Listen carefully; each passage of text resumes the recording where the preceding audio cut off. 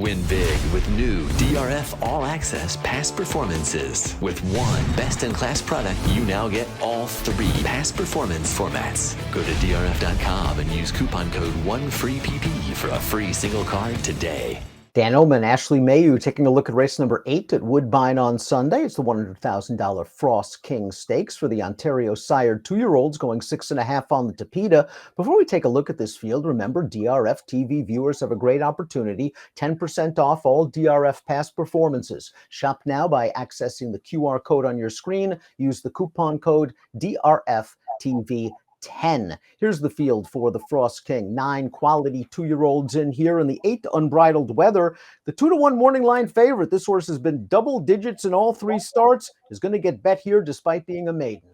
Yeah, and he's a horse that obviously was able to tackle Ontario breds 2 starts back in the bull page, a well-met second after being part of the pace. And they tried different tactics, I think kind of forced by those different tactics, going 5-ace, outrun a little bit early and try to make up ground. But that was in the Algonquin. So he gets back against those Ontario breds in here, and he's going to switch surfaces. That's the big question for Unbridled Weather. Does the turf form now translate to the Tapeta? One would think so, but that's not necessarily a guarantee. But you mentioned his speed, and we expect him to be forwardly placed as we take a look at our time form U.S. pace projector. There's the 8 Unbridled Weather up close with the 4 dark screen. It was sort of a stalking winner of his career debut. The 9 Magic Power also has a little bit of speed, but I think if Unbridled Weather breaks, he's getting to the top. I think so too. The one horse I wonder if could maybe press things a little bit more is the number 6, My Boy Bruce, coming out of the 6 furlong debut, and then 5.5. He was pretty close to the pace in those, and we'll see if he can kind of replicate that and put the pressure in. You can see time form, US has him in 4th or 5th early, but I think the pace should be pretty good in here. I don't necessarily think it's going to be blazing, but there's plenty of horses that want to be forward. The 2 Awesome Rainbow, on the other hand, likes to come from out of it and has the fastest time form U.S. late pace rating. The 1 Shadow Realm has really been handled like a good horse. As a maiden, he ran in 2 stakes races earlier in his career. He acquitted himself quite well in both of those starts, and they found the right spot last time out. Dropped him back in for the maiden option, settled off of a solid pace, and grinded his way on home. I think this guy's getting better. I think so too, and I think we've seen a little bit of a progression in terms of his running style in those last 2 at those longer distances. He's been able to be a little bit closer to the action early, and then he has less left to do late. And you can look at those races 2 and 3 back, and he's not been that far behind Cocoa, Unbridled Weather, and little shocked at the price difference on the morning line. He's 6-1, where his rivals are 7-2 and 2-1. He comes off a maiden score where he did everything right. Yes, he was favored, but he had to face a big field. And I think there's a lot of confidence knowing that he was supplemented into the spot, and that maiden score was on October 6th. It wasn't that long ago. So they must feel very good and confident with that performance, and his figure is right up there with him in this one. The 2 Awesome Rainbow produced an eye-catching turn of foot to win his career debut, sprinting from well off of the pace, and maybe he has excuses. For his 2 most recent starts, he just didn't break well in his second start, his first race against Winners, and last time out in the bull page, while he finished behind a couple of these, that race was on turf. So he's getting back to synthetic, and he's hoping for some pace up front. So he has the LP flag attached to him. And Dan, I remember I was there on his debut. This horse is massive for a 2-year-old compared to his rivals, especially the runner-up.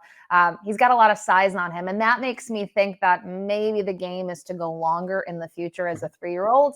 But obviously you have to take advantage of the stakes program that they have at Woodbine, knowing that he's Ontario bred and this is the right spot for him. If the pace is hot, he should be flying late. I thought he did everything right in his debut, and the fractions weren't all that quick. Just would have liked to seen a little bit more last time out. Maybe it was the surface, though. Maybe he prefers the Tapeta over the turf course, but I just wanted to see more of a late kick, and he didn't provide that. Her to Ghost really outran her odds. She was something like 27-1 in her career debut, and she was able to stay close to a pretty solid pace. She was very gritty to win. To me, that was one of those fast early, slow late races. However, I respect the determination she showed, but she's just going to have to improve from a buyer standpoint against a tougher group.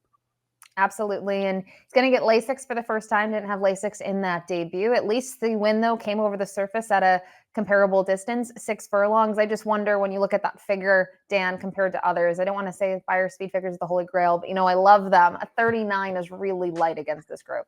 Dark Screen, the number 4, also paid a good mutual in his career debut. Let's watch that effort right now. He showed good tactical speed. He goes right after the leader, turning into the stretch, and he goes right by this guy and then continues on through the wire, running right through it to win by about 5. The Beyer speed figure came back solid. I thought the visual was good, and he might be a price again as he takes on some more experienced horses. Yeah, he got to the front and he stayed focused. He kept on opening up on this field, almost a 5 length winner when it was all said and done. And Beverly Chubb, not necessarily one that gets a lot of 2-year-olds. You go back the last 5 years, there's only been a handful of them. But obviously, this is a horse that was working well going into that race. Juan Crawford's a go-to rider for the barn, gets on the horses in the morning. It paid off. And this horse didn't take a lot of love on the tote board. I thought that this horse was tactical early on, got the right trip, and then was much the best. So we don't really know what Dark Screen necessarily faced just less than a month ago, but a horse that has since then had a published work, and that's another speedy work. All signs and all systems look a go here.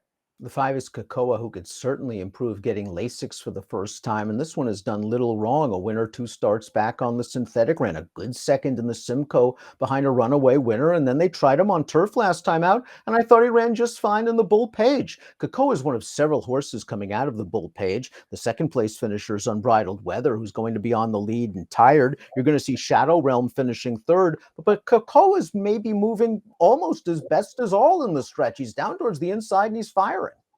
I would agree with that assessment. And this is a horse that now is going to get first-time Lasix.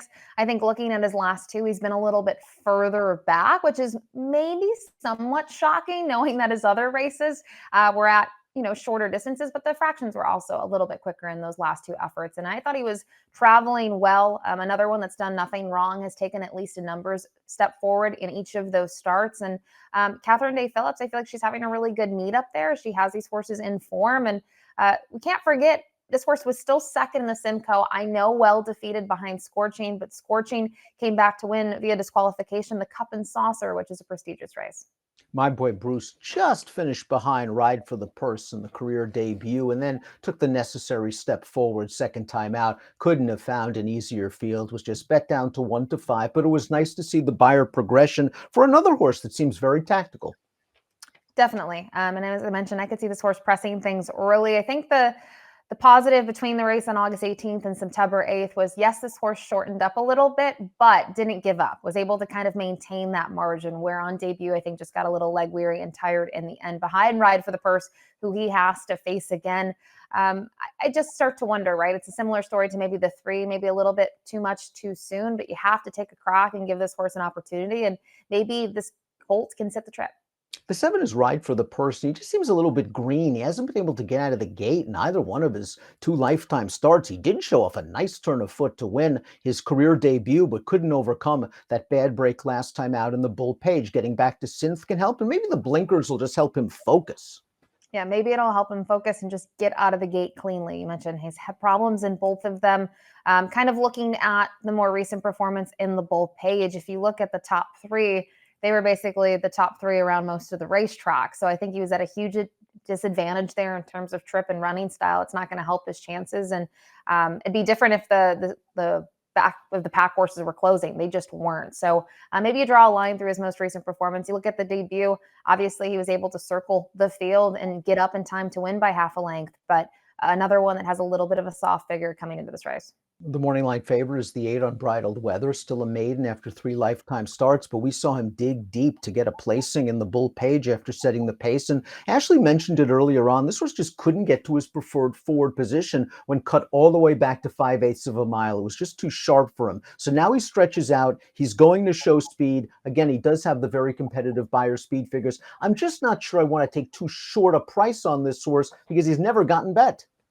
Yeah, I wouldn't take 2 to 1 on him. No way. No way I would take a price on that. I know his figures. If you look at a 74 Beyer, you say, well, that towers over this field. It doesn't matter. He was still beaten. Shadow Realm was just a half a length behind him. You're talking about 3 times the price on the morning line.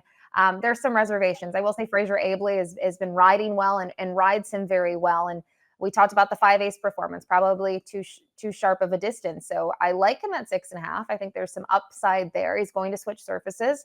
In terms of his workouts on the Tapeta, to me, just looking at the times, it doesn't matter whether it's been the turf, it's been the training track, which is dirt, or the Tapeta. He just looks like he's a good workhorse in the morning. Solid drills across the board. There's nothing to me that stands out here thinking that we're going to see a much improved performance, especially at the odds of 2 to 1. Another three-race maiden completes the field. That's the 9 Magic Power, who picks up Kazushi Kimura. But this guy's already been beaten by several of the horses he's going to face again today, so he really needs to pick it up. And I think his debut was the best. That was going 5.5. Since then, another horse that just hasn't been able to pass horses. He's been tiring in both of them. So a little bit of a struggle to figure out what will change for him in this spot. Let's take a look at our top picks for the Frost King Stakes. You're going with Shadow Realm. It just looked like he figured it out last time out. It doesn't matter whether it's turf or synth. He just seems like he's solid and getting better.